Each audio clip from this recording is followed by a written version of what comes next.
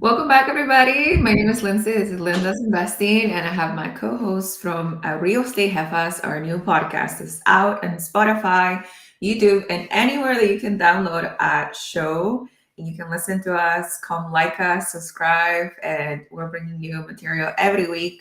But today, Violetta and I, we wanted to look at this video of Graham Stephan, which I'm Yeah, sure a lot of people have seen already, but we wanted to have like our own little take on what's going on with Graham. yeah. I just saw his video because Lynn sent it to me, and I used to watch Graham a while back, and then um, he had like kind of like a mindset shift, and I think around 2020 or something when I kind of like stopped following him and stuff. But yeah, he was actually one of the ones that when I first started my like real estate investing journey, he was one of the people that I followed. And because I liked his mindset back then of like the whole not just raising rents every any chance that you get just because, like treating tenants with like empathy and stuff. And so like his ethics really like had me, actually that's what kind of like set my mindset, my current mindset of how my real estate investing. But then like I stopped following him because I don't know, like once he moved to Vegas and a little bit after he started, I guess his podcast or something, like he just like shifted a little bit. So then I just stopped following him. So I haven't even seen him for years. And then Lynn sent me this, and I have some thoughts, especially since, I followed him in his earlier years, and then it's kind of like a surprise of how his mentality has shifted. So yeah, but yeah, like Lynn was saying, I'll let Lynn talk about what this video he's kind of like, I guess the intro to his video and why we're choosing this one to kind of react. Yeah, and let's listen to him talk a little bit about his whole journey. So we're gonna play just a little bit, guys. Don't get too tune out. It's Graham here. So I really didn't want to make this video. In fact, I've been putting it off for months because I don't like airing out my grievances to millions of people, but I have just had enough. I am tired of dealing with failed California policies, red tape, restrictions, and endless bureaucracy to the point where I'm going to start selling off everything that I own there. Honestly, the situation there has just gotten so bad that I can't justify investing any more money into a city that's obviously headed down the wrong direction. So yeah, I'm going to talk very openly about what's been going on these last few months with the hope that sharing my story could help a few people avoid the same mistakes as I've made, or best case scenario, we could find a solution for a city that is obviously very broken. Oh, and also, big thank you to Incogni for sponsoring this video and helping me out with some of this, but is to be able to ask the realtor how to get started in the business and Gigi. I'm in the middle of buying houses through me. And within a few years, I started making more money than I ever thought was imaginable. So what did I do? I used that money to buy my first house for $59,500. It was 90 minutes away from where I worked. It was owned by the bank. It needed a complete renovation, and I had it completely fixed up because no one wanted to live there. Like, to give you an idea of just how dilapidated this house was, it was completely filled with trash. The entire house smelled like cat urine, and there was so much junk in there that when we actually cleared it out, there were rooms in the house that we didn't even know existed. Thankfully, after a few weeks of renovation, I later rented it out. I started making more commissions as a real estate agent, and I used all of that to invest back into buying more property. Basically, my entire philosophy was this: I would only buy the properties that no one else wanted to live in because they required so much work. I'm talking brand new kitchens, bathrooms, floors, paint, landscape, roof, and so on. I would fix it up, I would move in as a primary residence, and then I would later rent it out when I saved up enough money to buy something else. For me, I just thought this was my path forever. Like, there's something really special about buying something undesirable and then making it look brand new again, without just turning it into one of those awful gray IKEA renovations that you see every developer slap together in a weekend. And usually when I'm buying a property in Los Angeles, I'm spending anywhere between $50,000 to sometimes more than $200,000 sprucing it up. And my thought was that if I could just make my place nicer than everything else on the market, I get a better tenant, I have less vacancy, they are happier, they stay longer, I have less turnover, and it's a win-win for everybody. Well, I am proud to say that for the first 10 years of doing this, everything went really well. Property values were increasing, I locked in low mortgages, rents were steady, and I continued to look for properties that I could buy and invest into with the expectation that I could just make them nicer. But in 2020, everything changed. All of a All sudden, right, so Los pause Angeles here. enacted. Yeah. Yeah, so like I guess I want to just like off the bat, like my first impression of when he started this rant. Obviously, it's a rant video. Um, and to me it's like I can already tell that he's going to be a little bit he has like obviously a chip on his shoulder. So it's kind of like when I saw this video again, I saw him when he was mentioning like when he first started his journey and doing like that, his first investments and stuff, which is what like drew me to him, where like how he was talking, like he was taking houses that were like not livable and making them available for people and everything. So he went kind of like mostly house hacking, well, a live and flip basically, and then turning them into rentals. So yeah, like you said you followed him at the beginning too. Yeah, I did not follow him at the beginning. Actually, I just found out about him. Like, Oh, I'm okay. not well versed. I listened to Bigger Pockets and all the basically Brandon Turner, David Green, all of the girls that are on there, like even Pace Morby. But it wasn't until this year's conference of the Aura that everybody was excited to see Graham, and I was just like, I don't know who he is. So I started looking at all of his videos, and the majority of the videos that I saw of him where how he now has transitioned from, used to be a realtor, used to Mhm. sell houses for profit, and then reinvested that capital into his rentals that he had. But since I started hearing from him in February, all I hear was like everything is just not real estate driven. Everything is just like better you rent than anything buy. And then how real estate is not going to make you wealthy, and it's not going to retire you. It's not like it's more work than it's actually worth. Yeah, that's Right? what I'm talking about. Like when I first, saw him, he had a different viewpoint, and Jace was, it says like sounds like a story of everyone that started in real estate, and yeah, like it's a lot of us like will get that bad tenant or that bad investment, and it definitely like pisses you off and everything, but like for someone that was a realtor and has been doing it for so long, it kind of like shocks me of how like mad he is about it. And we'll see more throughout the video and everything like that, because he was more positive early on, obviously, and maybe that was just kind of like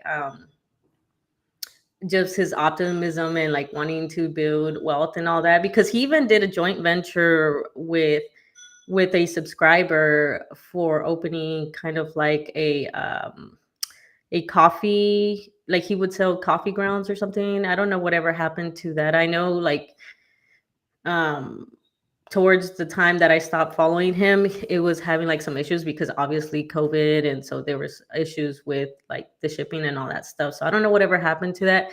But yeah, I think like now he's definitely airing out like his frustration, especially when he talks about like why. So I guess we could go into that because I have some thoughts about that too. When he starts talking about like everything that went wrong when initially everything went right. He says 10 years, like he was doing good, and then he hits this one thing Yeah, and I also want to mention from people that I know too, like from the beginning, everybody has like the impression of real estate is going to be passive, that it's going to be hands off, and it's not. Right? It's a business like any other business. You're going to have to put work on it. Depending on how much money return you have to put more work into it. But if you want easy peasy, you buy turnkeys, and you don't have to like really think about it much, even placing the tenant. You get a property manager and all those things, and it's like hands off, but your return is going to be lower, right? So he was trying to make it in a place like LA or in LA County or outside Lake County, getting a house for $59,000, of course, you're going to have to put, even like 20 years ago, you're going to put out a lot of work and a lot of money to make that place livable, to make that place competitive. yeah. But the amount of work that he put down there, like, was retributed. I remember watching his videos, like past content, that he would even be able to burr out of a house there and Yeah. completely leave no money behind in the deal. And at those price points, like, yeah, who is going to want to buy a house at $60,000, put $200,000 in it, wait for all of that to be done and about, and with the timelines of rehab and everything, it's going to take like a year or two for you to even see that money back. Yeah. Yeah. So let me go play a little bit more of his video. An eviction moratorium, meaning a tenant could not be evicted if they failed to pay their rent. And this lasted for 3 years. Yes, you heard that correctly. In Los Angeles, it was still a health risk to evict a tenant who hadn't paid their rent in 3 years. Meanwhile, the landlord was still responsible for the mortgage, property taxes, insurance, repairs, upkeep, you name it. Now, even though I had zero issues, and thankfully none of my properties were affected, I just didn't like the fact that the city was putting the entire financial burden of housing on the landlord. Like, despite this idea that landlords are these rich oligarchs drinking champagne on their yachts, the reality is that most landlords are mom and pop people who rely on that income to help supplement their expenses. Some of them are accidental landlords who had to rent out their home because they could no longer afford it. Some people are renting out houses that have been passed down from generations. Some people have also just diligently saved for sometimes decades to be able to buy a property in the first place because they don't trust the stock market. So even though some people might think, oh, I pay $3,000 a month in rent, so they must be making a fortune, the reality is, I know plenty of landlords who aren't even breaking even or are even operating at a loss because they intend to keep the property and eventually be able to move back into it. Anyway, I say all of this because in 2020, Los Angeles started getting way more restrictive on landlords. They enacted rent freezes, crime spiked, homelessness got worse, despite a citywide eviction ban, and I subsequently picked up and moved to Las Vegas because the quality of life was better. But in terms of my So existing pause properties there, I here just thought to because I want to myself, go to where he was talking about, because I was laughing. I was like, you weren't even affected in your ranting about the whole COVID thing, which this is where I'm kind of like shocked a little bit with his mindset shift, because he used to be kind of a little bit more level-headed and kind of do both sides, like, okay, yeah, it sucks that I can't evict them, but also their people, their tenants were going through a freaking pandemic and stuff. And he didn't even mention all the help that was available, because I had the same issue, because he wants to just say like California, but my property in Virginia, when I had that house, that was my first house that I bought, and I turned it into a rental. And I had that issue where Virginia did the same thing, and I could not evict anybody because of COVID and stuff. And luckily it started off good. My tenant was pretty good. He paid what he can. Sometimes he was a little short, sometimes he like made up for it and stuff like that. But I understood because it was freaking COVID. Like, nobody was working. He was a shipyard worker. I got lucky because I was in the military, so I had a stable paycheck if I was still at home, right? Like during the whole pandemic and stuff. But these tenants, what are you going to do? You can't kick them out and then try to get another tenant. Like, everyone's kind of like dealing with the same issue of like shorter hours and, less income. But there was definitely some options available, like rent assistance. There was this, the government, like for Virginia, I forget what it was called, but basically the tenant and the land, like I would fill out a form, and then the tenant would fill out the form as well, and then we'd send it off, and then basically the state would pay their rent so basically rent relief, right? And then you also had the option of talking to like your mortgage lender. There was the ability to kind of do some deal with them and get some help, and they provided some assistance there, and kind of like a little bit more lenient if you got behind on payments. So I think I just don't like that he just kind of like, and I get it, it's YouTube, so it's like he's trying, especially it's a sponsored video, so obviously he's trying to push that. But I just didn't like that. Like, okay, yes, it was bad, but also you didn't talk about all the help that was available, and also it was a pandemic, so like you're putting all this with something that was an outlier, especially when you had 10 good years, like old guy says. Yeah. And also at that time, Graham was a big person already, and he had, not that it's an excuse whatsoever, but he had the ability to sustain, let's say, if the tenants, which that didn't happen, right? If the tenants stopped paying. But like you said, there was a rental assistance programs available for tenants, and that the lenders could even initiate with the tenant's consent if that's something that would do. And also there's like you mentioned, the mortgage programs that they would not take payments for the moratorium problem timeline, and they would add it to at the end of like the year, like when your loan was due, let's say in 2045, then they would add those payments more so at the end of the things. And I remember there was some lenders that took advantage of that, because if I don't remember mistaken correctly, there were a lot of business loans that were given out at 0% interest as well. Mm-hmm. And a lot of people just opened an LLC and took advantage of those Is loans, it which was the kind of crazy. PPP loans or something? I think that's what it was. I remember, and then a whole bunch got like, forgiven and stuff. Yeah, there was a lot of help too. Hmm. And then he also mentions about like the rent hikes. It's like the rent caps, basically. I'm kind of on the fence on that one because I see it on both sides. Like, because I've been obviously a tenant, and like it's annoying that they just raise the rent. And for him, it's kind of weird because he built his platform on the mentality, and he talks about it a little bit later about he doesn't raise the rents just to raise the rent. So like, why does a rent cap bother you so much when you already have that philosophy of like, I'm not going to raise the rents just because. And he talks about like he didn't raise the rents for some of his tenants for years. So I'm confused on why he's so like, that bothers him so much, basically. But I can understand it's definitely like frustrating on the landlord side, but I could see it on the tenant side as well, because we had that issue again, kind of like military side. As soon as like our pay went up to accommodate for the higher rent, then they'd go turn around and raise the rent again. So it was just kind of like a cycle. It was just so annoying. But I think Jay says, I'm just going to read a comment real quick. Even if you win lottery, there would be issues and lots of problems. Seems like it's something that comes with money. Yeah. And then money solves a lot of problems. He has so much. If I had that much, I'd probably sell to maybe find some B class stuff to offset taxes. Yeah. That's where I am kind of thinking too, like, dude, just like, if you don't like it, okay, there's so many other states.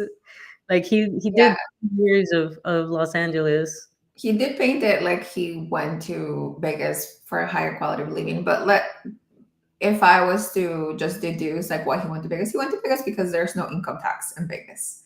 Let's just Yeah, call that basically. an orange. Like that's exactly what happened. But no, yeah, I definitely from when I started listening to Graham, like the whole real estate world that he came from, it's definitely being diminished by the fact that he has a YouTube business that makes like Mhm. thousands of dollars. And like old guy IRA says, like if you're making that much money from your business, and that's something you enjoy, you're passionate about, and you want to continue doing, when you have this other stream of income, because I'm assuming he still gets money from his properties, but it's taking you away from the thing that you love and you're passionate about. It's just like it's extremely work, like so much work for just the little bit of income that you get. But Yeah. I also see this from people that I know in which they have gained their wealth from real estate. I know people that have retired from real estate and now they're moving onto other business ventures or other types of income, and Mhm. they start bashing real estate, even though real estate is the thing that Yeah, that's what got extremely them. border them into wealth. Yeah, yeah, that's what it feels like with him. He's just like, yeah. Yeah, well, let's keep on watching the video. You know what? It really doesn't matter that much. I enjoy my tenants. They're awesome. I hope they stay as long as they want to. I don't like raising rent anyway. Everything See, is somewhat that's what's stable. I'm just going to keep it going. That was, unfortunately, until earlier this year. Around January of 2025, I began looking into building out what's called an ADU, or a detached dwelling unit, which essentially allows you to take an old structure and turn that into a completely separate living quarters. Like, I calculated that I could spend about $220,000, build a 2-bedroom, 1-bathroom, 700 square foot home, rent it out at market rates, and I've just added much needed inventory to the housing market. Someone gets a great place to stay, and I'm able to invest my money back into the housing market for a decent return. How bad could it possibly be? Well, I'll tell you. A nightmare. Although before we go into that, here's something that really surprised me. The moment you start dealing with real estate, especially when it comes to applications, permits, and filings, your Oh, you can information skip this part becomes because this is where public. he goes Anyone into is his able to Google sponsorship. Yeah. Uh,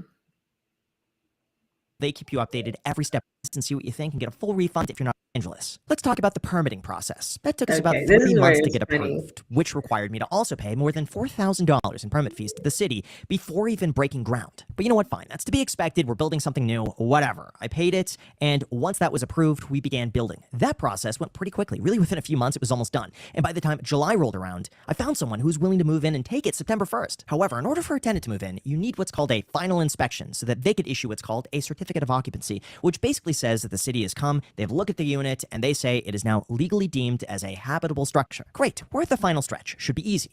Now, after 2 weeks of delays, the inspector comes and fails the unit because the AC condenser doesn't have the proper drain line.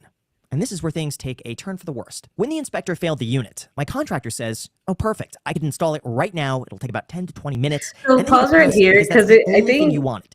this is where it kind of like makes me laugh. So if you notice on his thing, it says that the inspection was basically August 29th, but you already had a tenant waiting for September 1st. So that's kind of like a thing for you. Like you chose to already have that tenant waiting and everything like that. So you're salty because you have to get an inspection that is to protect the tenant to make sure you're not like a slumlord or something.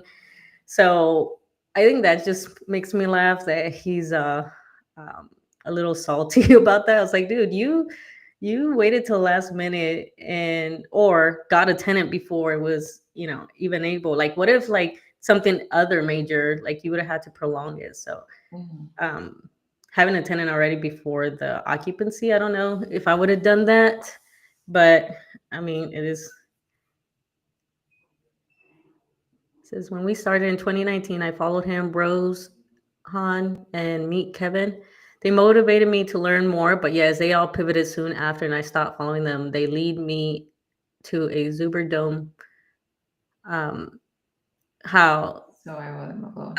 I owe them a lot, I guess. Yeah, same thing. I feel like they started off good, and then I don't know what happened. Like he started hanging out with like other people that probably got like I don't know, because I definitely saw his mindset once he moved to Las Vegas and he started hanging out with other people, I guess, or I don't know what happened, but somebody got in his head and now he's over here ranting. Let's see. But this inspector said, "Hey, sorry, it's Friday. It's like 4:30 p.m. This is my last one. I'm going to have to come back again next week." Okay, fine. So we tried scheduling the same inspector to come back the following week, but we got bounced around from person to person to person. Nothing was confirmed. And then about a week later, they assigned us a new inspector. Well, this new inspector shows up, and we're thinking, this is going to be a piece of cake. It was just this one little drain line that needed to be fixed. He's going to go and look at that, see it's done, everything else is good to go. But instead, this inspector now notes other things that he wants done that the prior inspector never even required or mentioned. Apparently, I didn't realize that it's pretty common that when you switch inspectors, each one of them has their own requirements that they want done, independent of everything else. And every inspector, for the most part, when they're brand new on the project, they just go and mention something to give the appearance, I don't know, that they're doing their job or something. So anyway, once again, we make There's all a of pause these here new because I changes. do want to mention that because I do get his rant, but I also want to Two at Homestead was just kind of like had a comment, but not raising rents can turn you into a slumlord. Got to keep up with inflation and maintenance and can be expensive. Yes. Yeah. So I agree with that and stuff. So that's definitely something to think about and kind of like balance when you're raising rents and all that, especially right now with everything like the cost has gone up. But I do want to like say about the inspector portion. You're on the inspector side.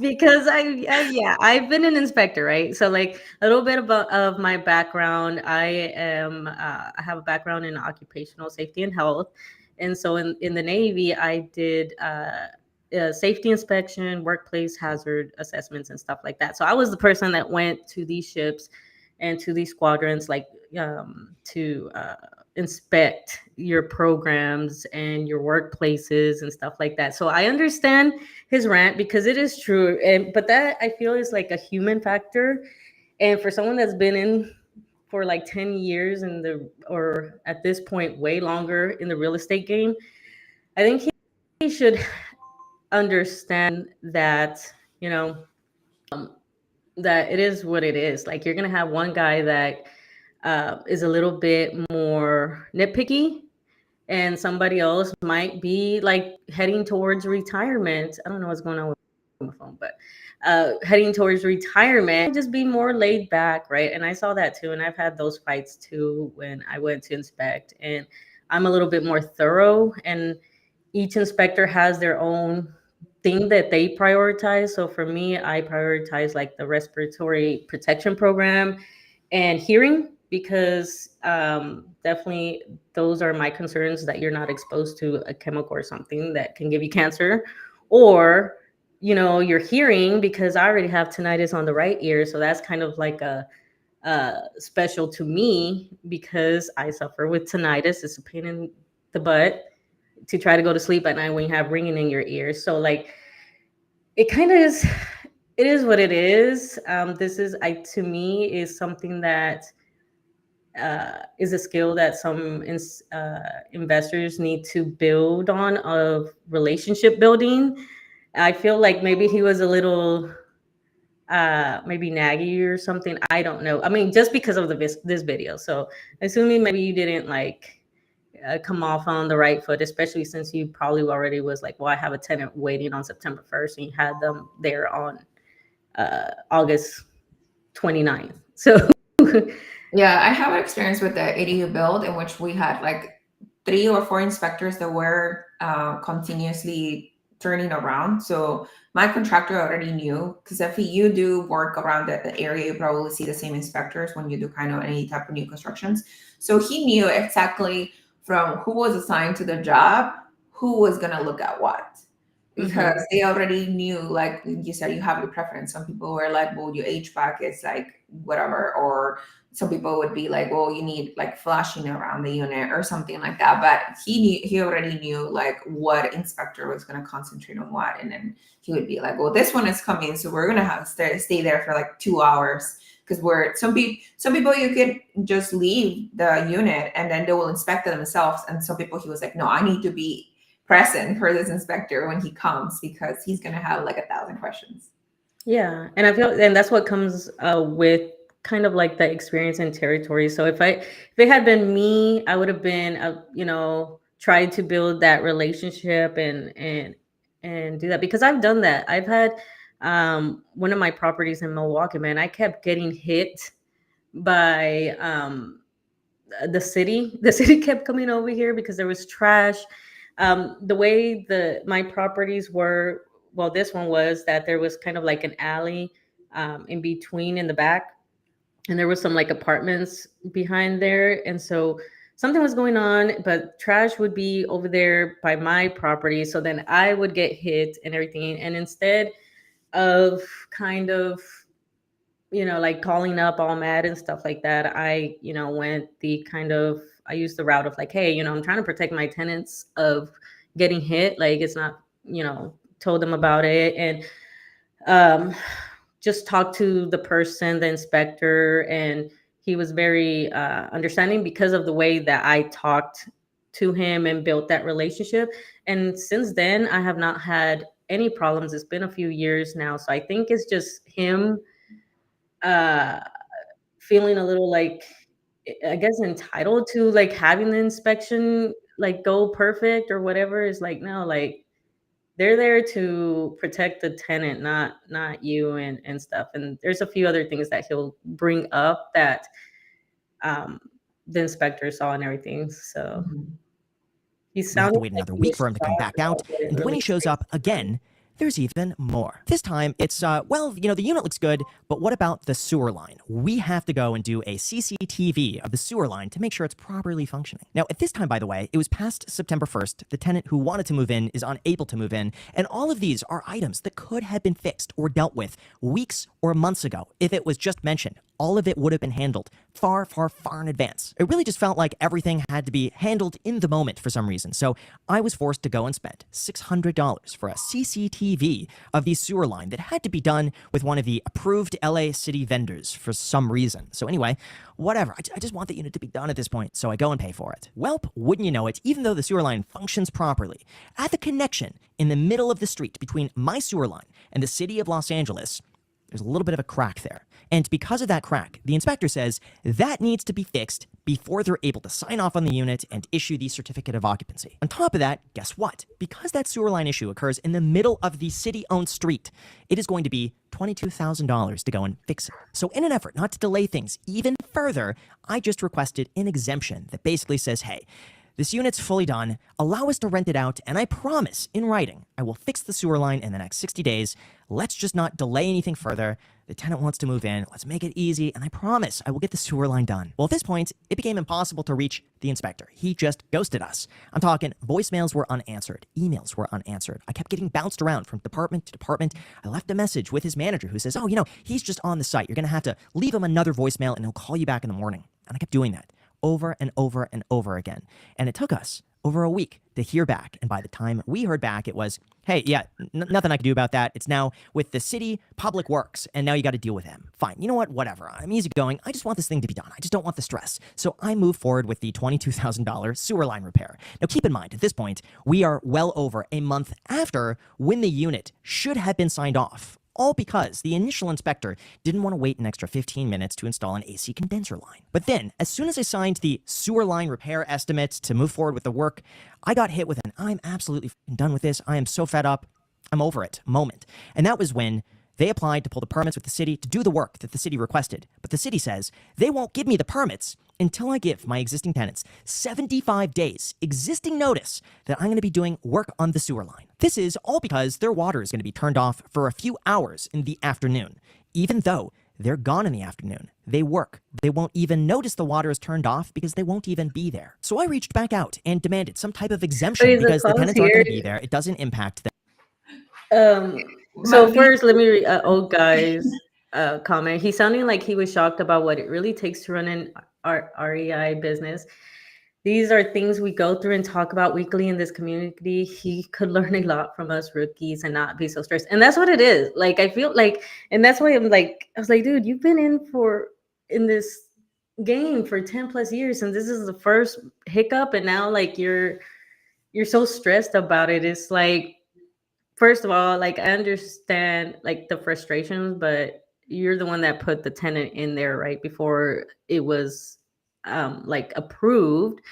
And what seems like a few hours or whatever, he's not thinking about like, yeah, that's the best case scenario when you go in there. But what if when you go work on it, the crack becomes bigger, it takes longer, whatever. So that's the whole reason of giving them a notice to all that, which you could have avoided if you would have just waited for the tenant. But I understand that frustration.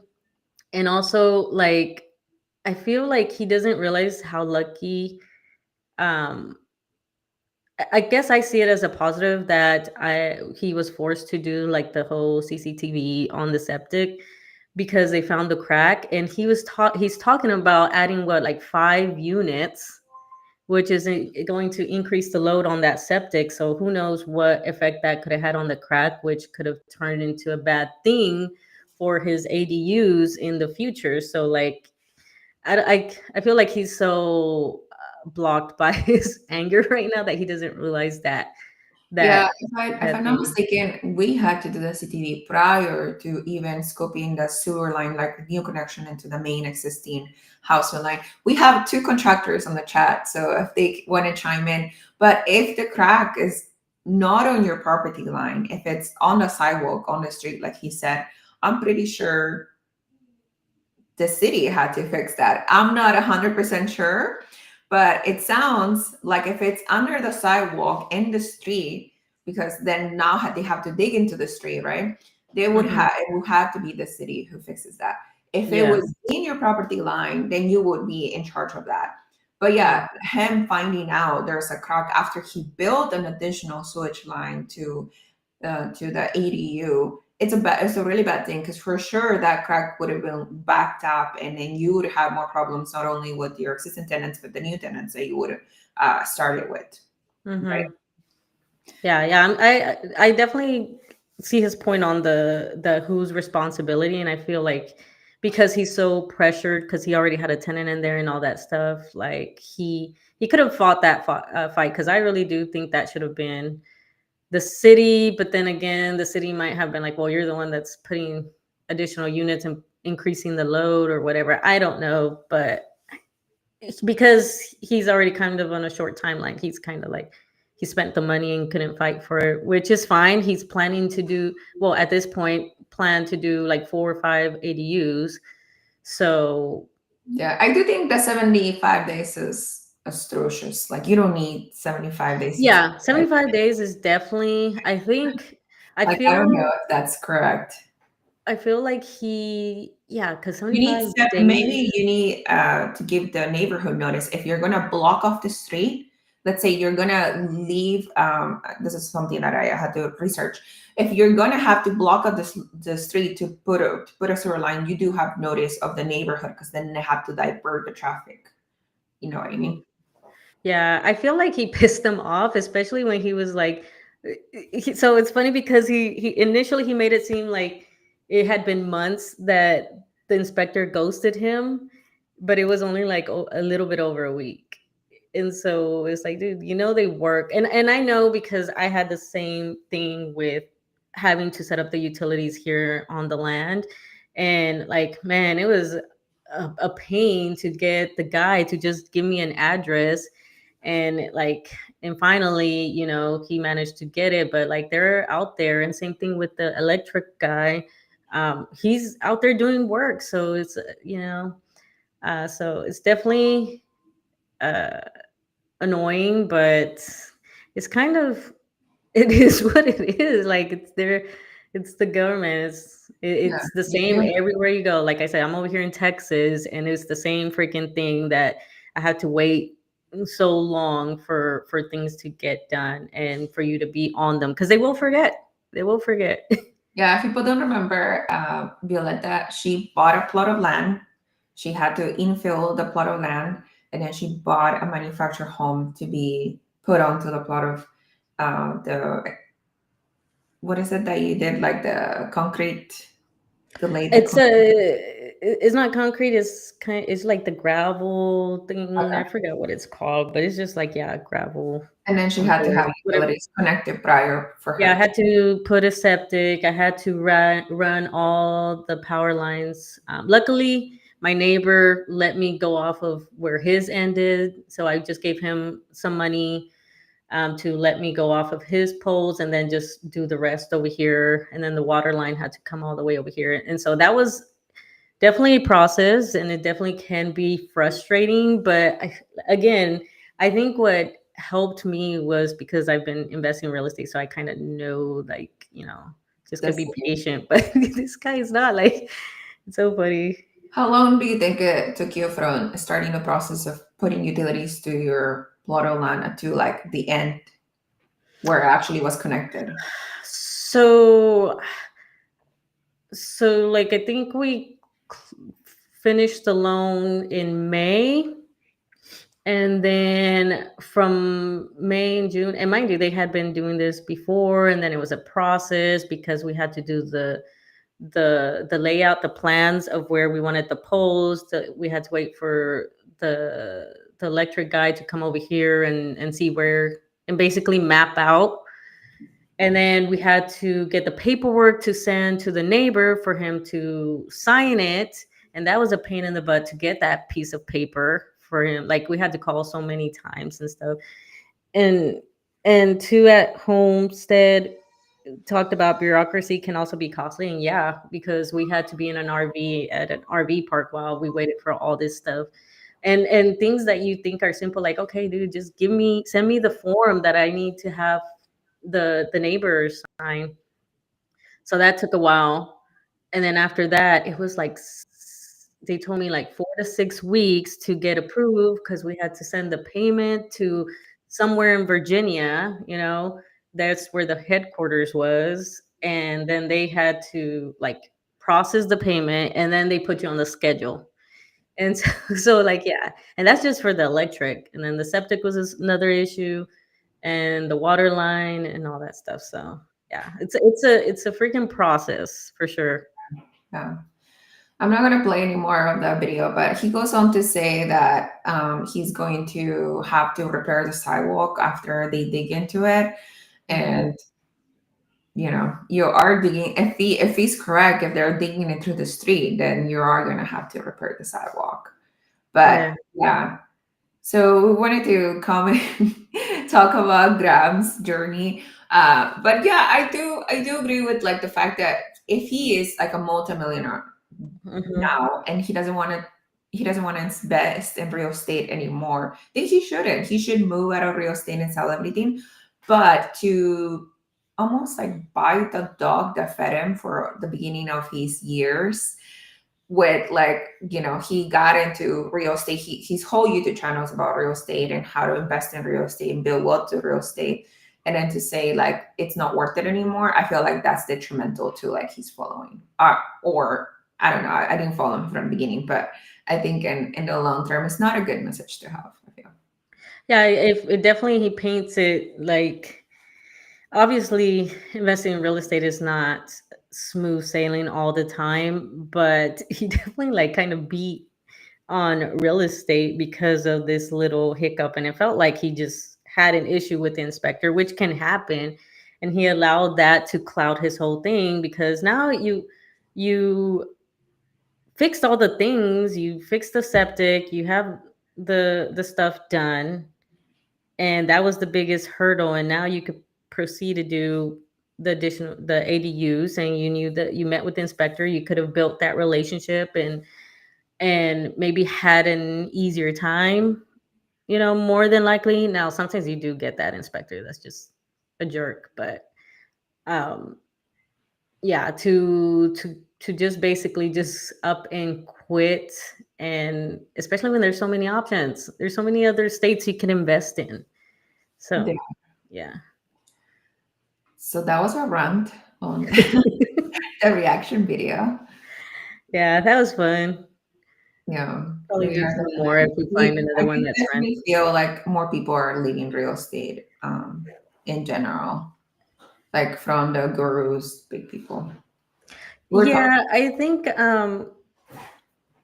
like old guy. I don't know his actual name, so I'm just it's old guy. But Yeah. so yeah, when things go smoothly, it's very rewarding after getting through the rough times.